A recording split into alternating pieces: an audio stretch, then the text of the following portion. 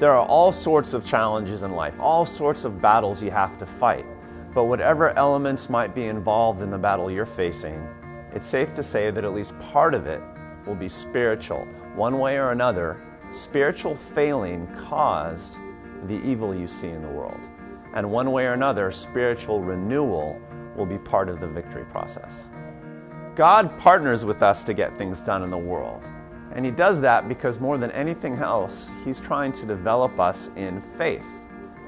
Of course, since He's allowing us to have such influence in the world, it means that we humans can really cause a lot of trouble.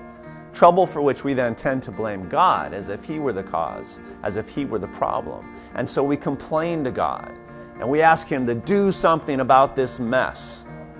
But those who simply blame God and shut Him out miss out on an exciting possibility, namely that God will work with you, empower you to help bring the solution you want. In the book of Judges, we get the story of Gideon, an insecure young man who, though he had misgivings, allowed the Lord to develop him.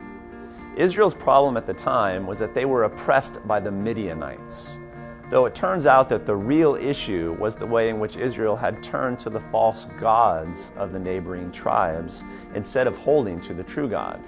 So, first, God helps Gideon to overthrow the fear of these false gods, and then He helps Gideon to overthrow the Midianites.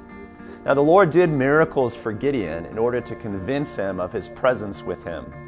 But then when the great moment of battle came, Gideon didn't have to perform miracles to defeat the Midianites. He just had to be brave.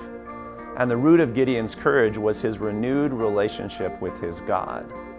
See, the spiritual battle is always the core battle in life.